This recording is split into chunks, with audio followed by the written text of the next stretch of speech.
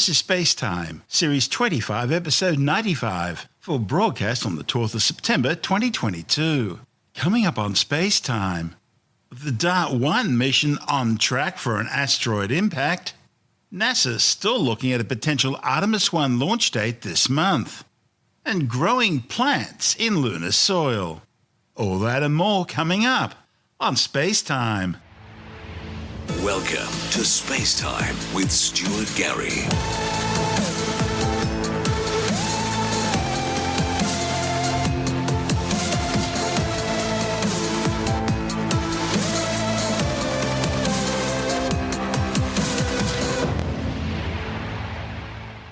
Later this month, NASA's DART mission will slam a spacecraft into a tiny near-Earth asteroid, orbiting a slightly larger near-Earth asteroid, in order to see what happens. The target is the 170-metre-wide, potentially hazardous asteroid Dimorphos, originally called Didymoon. It's orbiting a 780-metre-wide, potentially hazardous asteroid called 65803 Didymos, which is part of the Apollo group of Earth-crossing asteroids. The Double Asteroid Redirection Test, or DART mission, will slam into Dimorphos on September the 26th. The mission is part of a planetary defense exercise, providing NASA and the European Space Agency with data about celestial bodies which could pose a threat to Earth.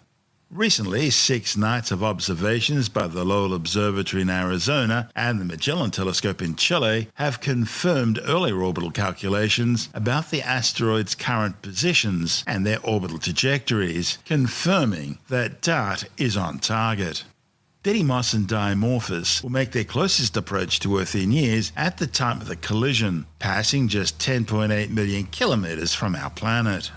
Astronomers want to determine if the impact of the 610-kilogram DART spacecraft crashing into Dimorphos at some 6.6 kilometers per second alters its orbit around Didymos, and how that in turn would affect the trajectory of both space rocks. 10 days prior to the impact, a small 6-unit CubeSat built by the Italian Space Agency, called the Light Italian CubeSat for Imaging Asteroids, or LICIA Cube, will be deployed from DART to monitor the impact and collect data. The orbit of Dimorphos around Didymos is expected to shorten by several minutes after the impact as the Moon moves closer to the bigger asteroid. By measuring the change with maximum precision, astronomers should be able to glean important information about Didymos' structure and properties and the materials it's made out of. In a collaborating project, the European Space Agency is developing Hera, a spacecraft that will be launched to Didymos in 2024, arriving there in 2027, 5 years after the DART impact. It'll undertake detailed reconnaissance and assessments, such as a detailed characterization of the impact crater, and to determine any longer-term orbital changes. Hera will carry 2 6-unit CubeSats. Milani will study the binary asteroid's composition, and Juventus will attempt to land on Dimorphos. This report from NASA TV. In case there was an asteroid coming towards Earth and you're there, you can actually stop it. I mean, that's kind of fantastic. NASA is crashing a spacecraft into an asteroid. What? You think science fiction, but this is real. Never in my life would I have thought I would take a couple $100 million spacecraft and crash it into an asteroid. My name is Michelle Chen. I'm Lena Adams. My name is Kelly Fast. I'm Andy Rifkin. I'm Justina Sorovitz, and I help tell the story of the DART mission. I'm a planetary defender. And I study how the orbits of asteroids change after we hit them with spacecraft. My job was primarily to make sure all the systems on the spacecraft work together. The DART mission is NASA's first test of a planetary defense technique called kinetic impactor. DART is the Double Asteroid Redirection Test. It's just a spacecraft that is going to go and smack an asteroid. The moonlit Dimorphos, which orbits the asteroid Didymos, and see if we can change its trajectory just a little bit in order to show that we can deflect incoming asteroids if we need to. DART will only be changing the period of the orbit of Dimorphos by a tiny amount, But in space, just a little bit is just enough to make an asteroid actually miss us. In the event that an asteroid is discovered well ahead of time before it might impact Earth. The spacecraft. It's really cool to see it coming together in real life. It is fantastic to see it in real life. To see it turn from ideas into real pieces that are going to go into space. The solar arrays will actually roll out to 28 feet in length. Once the solar arrays are deployed, it's going to be the size of a school bus. As the solar array opens out, it's going to swing out. The asteroid's only 2 football fields in size. We're flying at over 6 kilometers a second. 30 days out, we see 1 pixel on our field of view. You can see Didymos and Dimorphos as 1 point of light. About 4 hours out, our spacecraft becomes autonomous. And then that's where everything gets really exciting. You actually are seeing impact. We're super excited and nervous as well. I feel really honored and humbled to be working in an area of science that has such a broader impact, figuratively and literally. So dark. The dinosaurs are made completely extinct by an asteroid impact so many years ago. Here we are, we can actually do something about it. I think this is just wonderful. This is SpaceTime.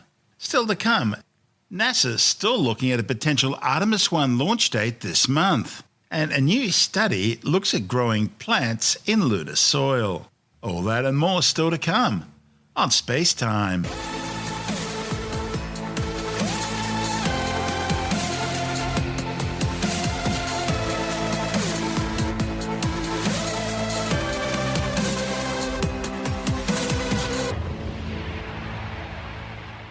NASA says it's still looking at launch windows for the Artemis 1 mission for this month. The agency says it could target potential launch windows on September the 23rd or the 27th for the maiden flight of the Artemis 1 moon rocket. This new speculation comes despite earlier reports by NASA suggesting any new launch date for the Artemis 1 mission is most likely to be in late October. The giant Space Launch System SLS moon rocket has already had 2 launch attempts scrubbed because of a faulty engine cooling system, which turned out to be nothing more than a faulty sensor, and a persistent leak in liquid hydrogen fuel line feeds. And with SpaceX about to send a new crew to the International Space Station from neighbouring Pad 39A, any attempted launch for the mighty Artemis 1 mission to the moon was expected to be postponed until at least the end of next month. But it turns out a September launch date would still be possible, dependent on resolving 2 key issues. Firstly, they've got to fix those persistent leaks, which have been plaguing the launch pad's umbilical quick disconnect cryogenic fuel line system, which cycles the minus 253 degrees Celsius liquid hydrogen propellant into the rocket. That'll involve replacing a seal around a 20 centimetre fuel line and fixing a smaller leak on a connector. These would then need to be tested by conducting a wet fuel loading and cycling trial on the launcher, filling its main tanks with 2.79 million litres of supercooled liquid hydrogen propellant and liquid oxygen oxidizer. Late last week, NASA decided to undertake the repairs and tests of its liquid hydrogen system on the launch pad rather than in the vehicle assembly building, as that would allow the tests to be carried out under actual operational conditions. The second issue is totally out of NASA's control. It requires the United States Space Force agreeing to issue a waiver to extend the time needed before checking the batteries on the SLS flight termination system. This is the system which triggers the self-destruct mechanism to destroy the rocket if it veers off course during the launch.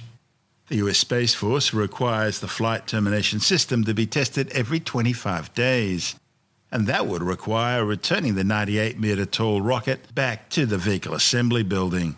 Now, if NASA is able to pursue a September 23rd launch for the Artemis 1, it would need to lift off during a 120-minute launch window slated to open at 10:47 GMT.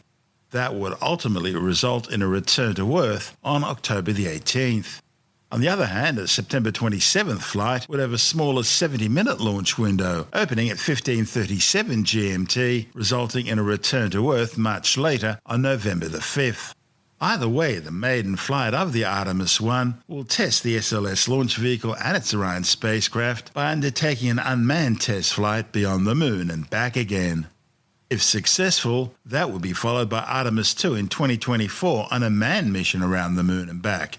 And then Artemis 3 in 2025 would take humans back to the lunar surface for the first time since the Apollo 17 mission back in 1972, some 53 years ago. We'll keep you updated. This is SpaceTime. Still to come, growing plants in lunar soil, and later in the science report, discovery of an ancient reef-like landform hidden in plain sight on the Nullarbor Plain. All that and more still to come on SpaceTime.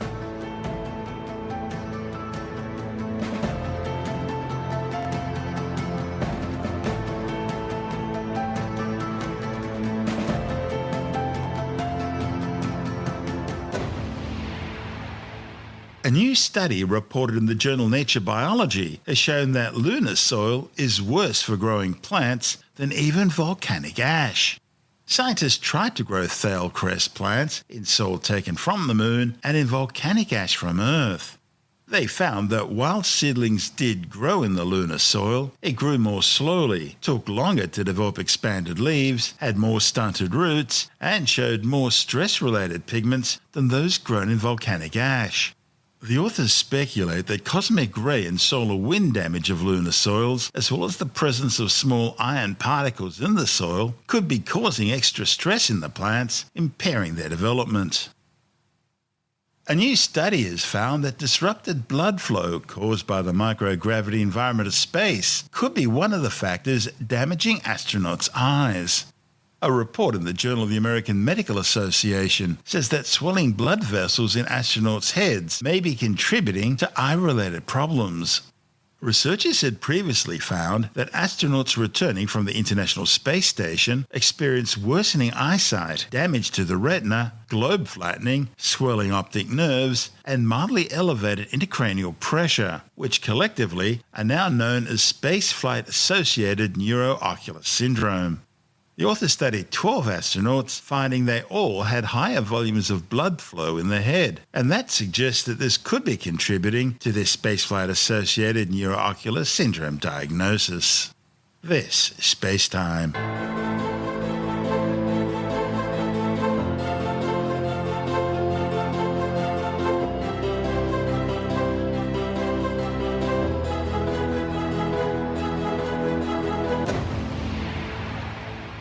And time now to take a brief look at some of the other stories making news in science this week with a science report. A new study has confirmed that being vaccinated with at least 2 doses of the Pfizer mRNA vaccine can drastically reduce most of the long-term symptoms which patients are reporting months after contracting COVID-19. The findings, reported in the journal Nature, show that 8 out of the 10 most commonly reported symptoms were being reported between 50 and 80% less often among individuals who received at least 2 doses of the vaccine compared to those who received none. Nearly 3,500 adults across Israel participated in the study, which was carried out between July and November 2021. More than half of the participants, some 2,447 people, reported no previous SARS-CoV-2 infection, while 951 had been previously infected. Of those infected, some 637, that's 67%, had received at least 2 vaccine doses. Of the 2,447 individuals reporting no previous infection, 21, that's just 0.9%, received 1 dose, 1,195, or 48.8%, received 2 doses, 744, that's 30.4%, received 3 doses, and the rest, 19.9%, were unvaccinated. The authors found that vaccination with 2 or more doses of the Pfizer vaccine was associated with a reduced risk of reporting the more common post-COVID symptoms. Among those in the current study's population, the most common symptoms reported, fatigue, headache, weakness of limbs, and persistent muscle pain, reduced by 62%, 50%, 62%, and 66% respectively. Shortness of breath reduced by 80%, and persistent muscle pain by 70%. So far, almost 6.7 million people have been killed by the COVID-19 coronavirus since it was first detected near China's Wuhan Institute of Virology around September 2019.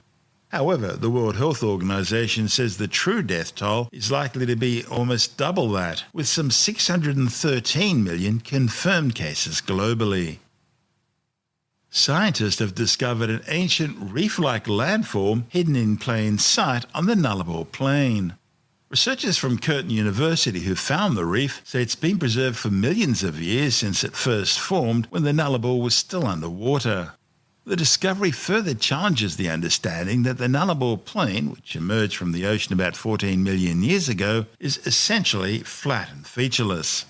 The authors say that unlike many parts of the world, large areas of the Nullarbor have remained virtually unchanged by weathering and erosion processes over millions of years, making it a unique geological canvas, recording ancient history in remarkable ways.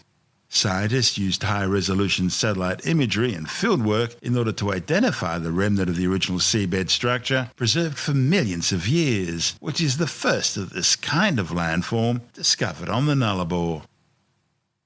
Archaeologists from Griffith University have unearthed the skeletal remains of a young hunter-gatherer whose lower leg had been amputated by a prehistoric surgeon 31,000 years ago. The discovery, reported in the journal Nature, is thought to be the earliest known evidence of a complex medical act. The person, whose remains were found in a limestone cave in Borneo, appears to have survived for at least 6 to 9 years after the surgery. The new findings predate other instances of Stone Age operations found at sites across Eurasia by tens of thousands of years. Well, it seems the latest health trend making the rounds out there involves consuming shot glasses full of olive oil. Now, olive oil is really healthy for you, especially in cooking and salad dressing. It has great anti-inflammatory and antioxidant properties. If you already eat a balanced diet rich in vegetables, fruits, lean meats and whole grains, a bit of olive oil will be good for you. But the scientific data doesn't suggest that you should be guzzling back shots of olive oil. Tim Mendham from Australian Skeptics says it's another case of people thinking if a little is good, a lot must be better, and that's simply not true. In Mediterranean countries, there has been a thing for olive oil as a cooking supplement, and it's been around for ages and used in a lot of cookery, and especially with the Mediterranean diet, in quotes, that olive oils are pretty much a staple for that at the moment. Instead of sunflower and all the others? Yeah, they use it against animal oils and that sort of stuff. Well, being a vegan, yes. But the thing is that what always happens is that, and it seemed to be good, it seems to be healthy, it's good for digestion. Olive oil has medical benefits. It's even perhaps, sort of good for general, more serious health, heart disease, and even cancer has been claimed for it. But the thing is that what often happens is that something which is a little bit of it is good for you. People then assume, well, a lot of it must be even better for me. But it doesn't necessarily work that way. Because basically the trend... I found the same for chocolate, unfortunately. Yeah, I found the trend is that, therefore, rather than have a little bit of olive oil in my food when I'm cooking it or whatever, making a salad, we'll drink it in a shot glass. And basically you drink that once, twice, 3,000 times a day. And if a little bit is good for you, a lot must be even better for you. But it doesn't work that way because a lot of it will just be passed straight out again. It's the same attitude towards vitamins and things. If I got vitamins in my food, I should add vitamins to my diet. Generally, I'll take a lot of vitamin pills and that will make very nice coloured urine. So by and large, a lot of olive oil, apart from the fact it might not taste that good drinking it, it can not do a lot of harm except it is a rich source of calories, right? So if you're trying to lose weight, having a shot of olive oil is probably not the best idea. And they say probably you can get the same effect for your digestion, etc. Try alternatives to olive oil. You can try avocado and berries, things like that. So not a lot of evidence to show that having a glass full of olive oil on its own is going to help you a lot. That's Tim Mendham from Australian Skeptics.